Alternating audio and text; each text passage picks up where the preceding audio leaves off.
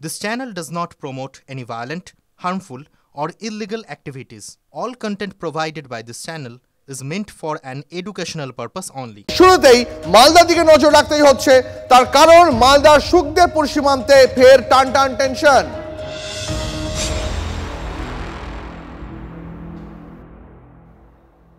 সীমান্ত পেরিয়ে এপারে আসার চেষ্টা, ভারতের দিক থেকেও পাল্টা প্রতিরোধ গ্রামবাসীদের। তারা খেয়ে পালালো বাংলাদেশি দুষ্কৃতীরা। বাংলাদেশের দিক থেকে লাগাতার ইট বৃষ্টি, ইটের ঘায়ে জখম এক বিএসএফ জওয়ান, তার মুখে চোট লেগেছে। পরিস্থিতি সামাল দিতে কাঁদানে গ্যাস ছড়ে বিএসএফও, তবে বিএসএফ চূড়ান্ত সংযম দেখিয়েছে। ভারতে ঢোকার চেষ্টা করছিল বাংলাদেশি দুষ্কৃতীরা, সেই সময় তারা বিএসএফ এর দিকে আক্রমণ শানায়। বিএসএফ কে তারা বিএসএফ তাদের পাল্টা পিছন দিকে হঠিয়ে দেওয়ার চেষ্টা করে এবং তাতে সফল হয়।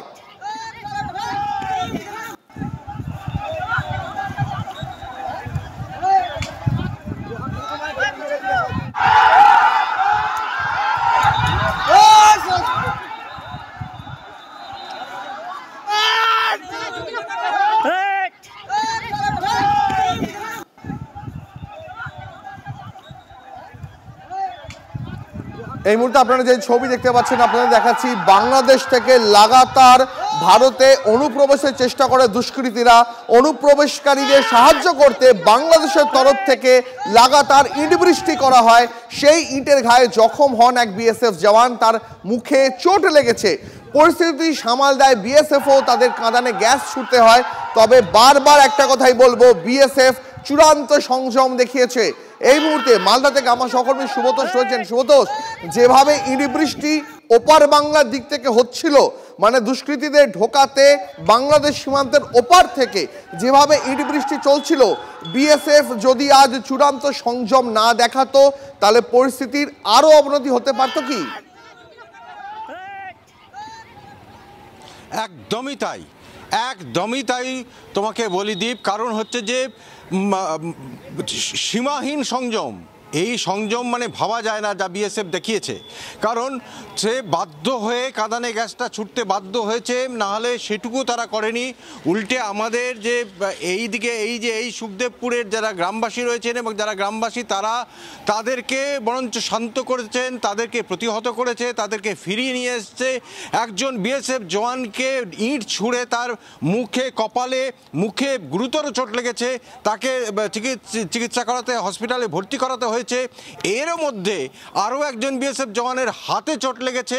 তবু তারই মধ্যে তারা কিন্তু যখন উপার থেকে এসে হামলাকারীরা হামলা চালায়, লুটপাট করতে থাকে, সেই মুহূর্তে যখন প্রতিহত করতে গিয়ে আমাদের সেই সুখদেবপুরের বাসিন্দারা যখন আহত হয়েছে, তাদেরকে চিকিৎসার ব্যবস্থা সেই বিএসএফই করেছে। ফলে প্রথম থেকে যদি দেখা যায়, এতবার শুধু আজকে নতুন নয়, এটা আজকে তো মানে পরিস্থিতি এমন হলো যে ওই পার থেকে ছুটে এসে দুই পক্ষের মধ্যে সংঘর্ষ, যে মানে সেটা ভাবার বিষয় নয়, মানে ভাবনার বাইরে। কিন্তু এই পরিস্থিতি কাছে পিঠে তো একই রকম বিগত বেশ কিছুদিন ধরে কন্টিনিউ চলছে। সেখানেই তো প্রশ্ন উঠছে যে ভারত বাংলাদেশ সীমান্তে, সেখানে কি এবার বাংলাদেশের তরফে কোথাও একটা শ্যাডো ফাইট বা ছায়া যুদ্ধ, সেই ছায়া যুদ্ধের টেনশনটা বাড়ছে?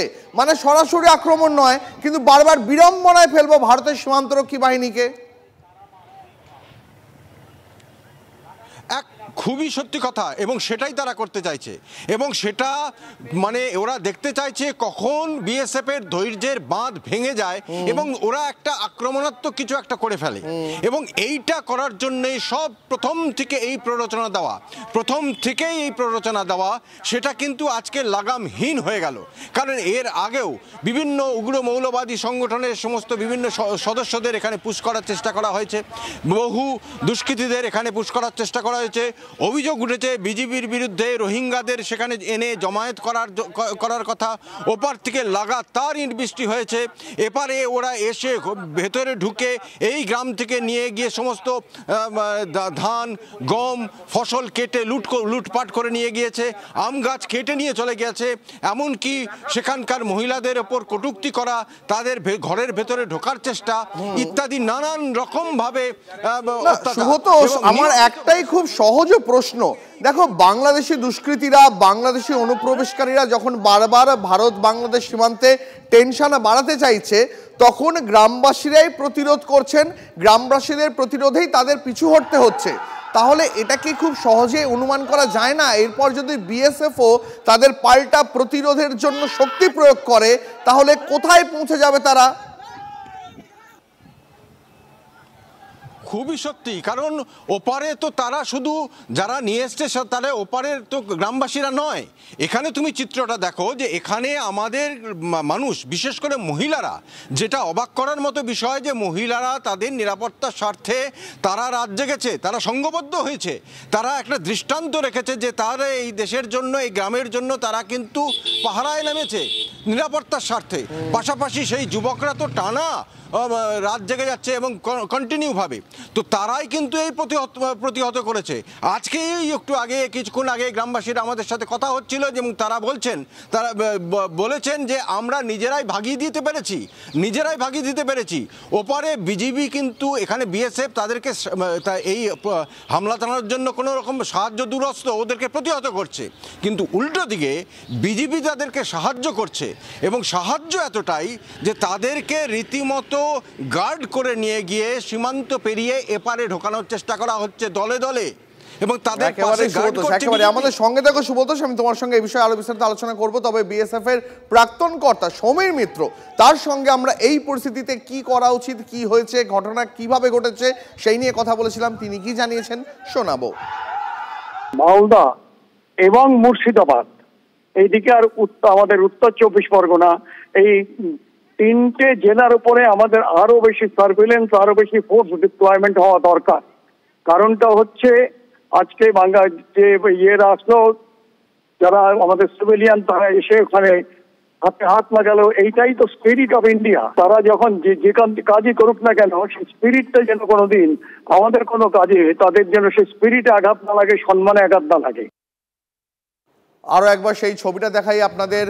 মালদার সুখদেবপুর সীমান্তে ফের টান টেনশন, সীমান্ত পেরিয়ে এপারে আসার চেষ্টা, ভারতের দিক থেকেও পাল্টা প্রতিরোধ গ্রামবাসীদের। তারা খেয়ে পালালো বাংলাদেশি দুষ্কৃতীরা। আমার সহকর্মী সুব্রতোষ রয়েছেন আমার সঙ্গে, সুব্রতোষের কাছে আরেকবার যাই। সুব্রতোষ, এইভাবে অনুপ্রবেশকারীদের ভারতে ঢোকানোর ক্ষেত্রে বাংলাদেশের যে সীমান্তরক্ষী বাহিনী মানে বিজিবি, তাদের কতটা মদত রয়েছে? তাদের একেবারে স্পষ্ট, মানে পরিষ্কার মদত। তোমাকে যে বলবো যে এটা প্রচ্ছন্ন, মোটেই প্রচ্ছন্ন নাই, বরঞ্চ এটা বিজিবি, বর্ডার গার্ড বাংলাদেশ, তারা একেবারে মানে পরিষ্কারভাবে তারা কিন্তু উঠে পড়ে কোমর বেঁধে নেমে পড়েছে যে সেখানকার যে যারা দুষ্কৃতী আছে তাদেরকে এখানে রীতিমতো গার্ড দিয়ে তাদেরকে এখানে পুশ করানোর জন্য। অনেক ধন্যবাদ তোমার সুব্রতোষ। নজর রাখো পরিস্থিতির উপর, তোমার সঙ্গে পরবর্তীতে আবার এটা নিয়ে কথা হবে। দুটো প্রতিবেশী রাজ্যের মধ্যে একটা উত্তেজনা তৈরি হয়, ওখানে মুসলিম মৌলবাদ, এখানে হিন্দু মৌলবাদ, দুই মৌলবাদী যখন টানাটানি হয় তখন এই ঘটনা ঘটে। তাই ঘটছে, সেজন্যই আমরা সবসময় বলি যে মৌলবাদের বিরুদ্ধে সাধারণ মানুষ তার ধর্মনিরপেক্ষ শক্তি নিয়ে বসবাস করলে শান্তি থাকে।